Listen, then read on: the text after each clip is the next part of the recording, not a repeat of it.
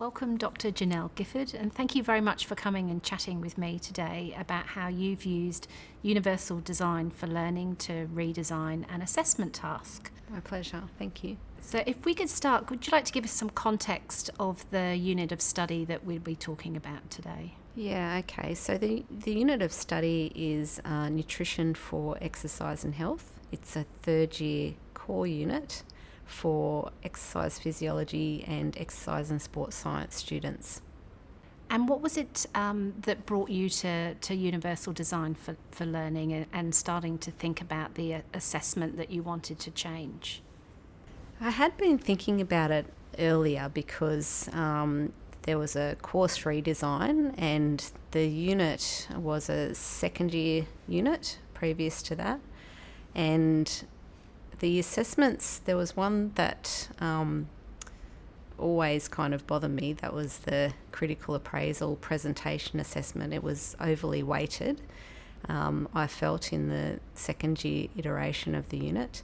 And also there was a final exam which during COVID went to an online format, and it became problematic for many reasons, including academic integrity. I also felt that coming into a third year that it really required a more sophisticated applied assessment.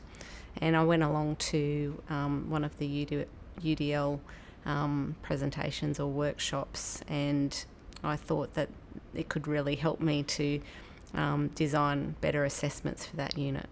What were some of the challenges with the original design of the unit? Can you just name a couple of things that, for the students in particular, you thought it wasn't really serving its purpose? Yeah, well, the critical appraisal assessment was of a journal article that was, related to the unit, but they had done critical appraisal in previous units, so it was, just redoing the same skill. It wasn't really applied to their clinical practice. In terms of the final exam, it was just really about learning or remembering the content. We also had a rubric for the presentation assessment, which was very complicated. So what were some of the ideas for an alternative assessment that you came up with, and why was that important? Well, I did want the more applied approach, and because they were in third year, they go on placement, and then the exercise and sports science students then go out into the world and into practice. And so I wanted them to get a feel for what it was like to have a case. So I wanted them to come at it from a point of view of nutrition and what they could do as exercise science or physiologists.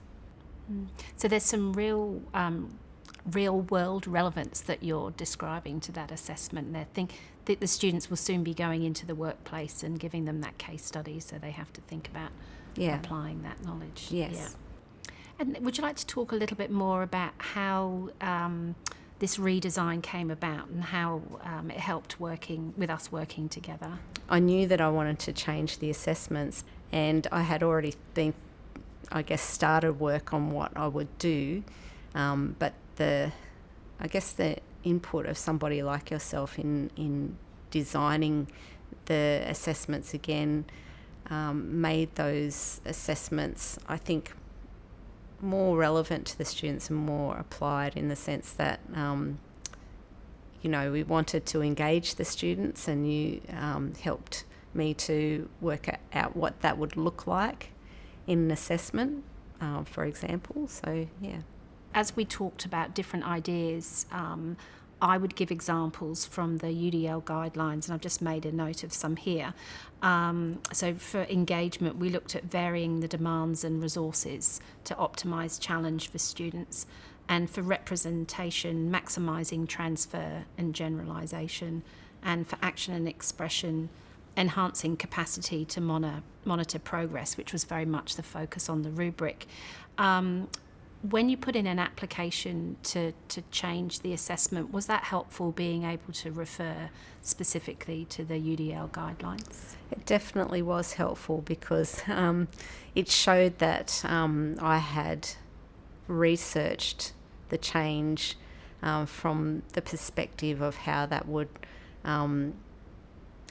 help the students, I suppose, in all of those levels, in engagement, in generalisation. I think there was some one on autonomy as well.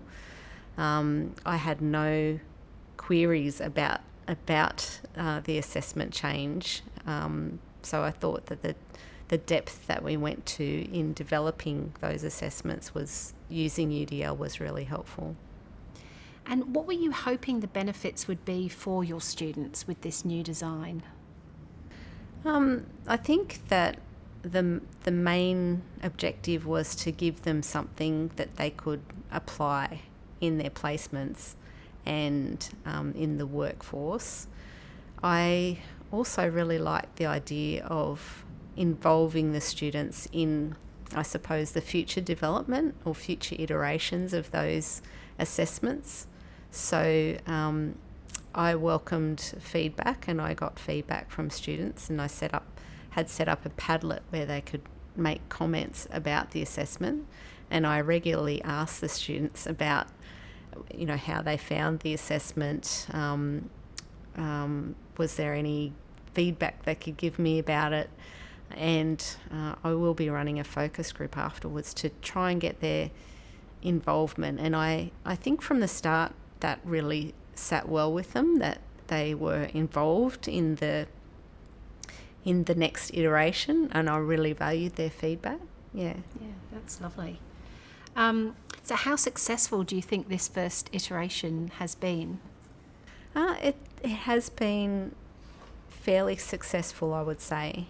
I have had students comment that it has been really useful in getting their a new perspective on nutrition analysis, and also the applied nature of the assessments has been helpful to them. I think that some of the components of the actual assessment could be improved.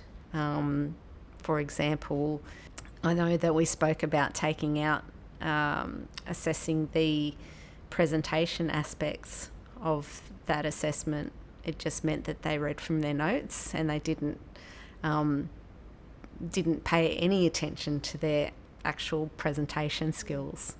So I think I would definitely change that in the future, because I think it's important for them as professionals to be able to do that.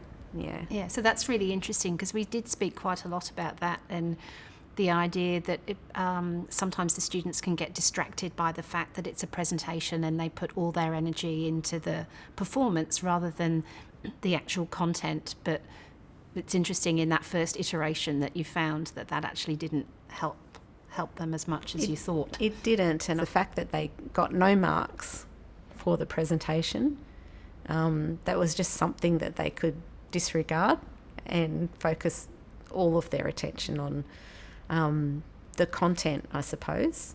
And I don't think I've ever heard students present so fast ever, because they were just focused on that content. Yeah. So that might be interesting when you run your focus groups, to ask them what they would have found helpful in guiding the way they delivered a presentation. Yeah, I think that would be very useful to ask them, because I'm not sure how much help that they've had over the 2 years on Zoom in terms of developing their presentation skills. Yeah. And just to wrap up, how has this experience of working with Universal Design for Learning impacted the way you now approach teaching and learning design?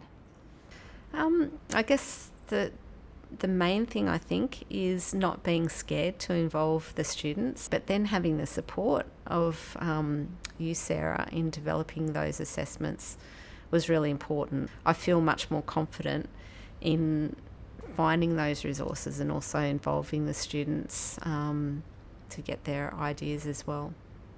Thank you. And thank you, Janelle, for your time this morning. My pleasure. Thanks, Sarah.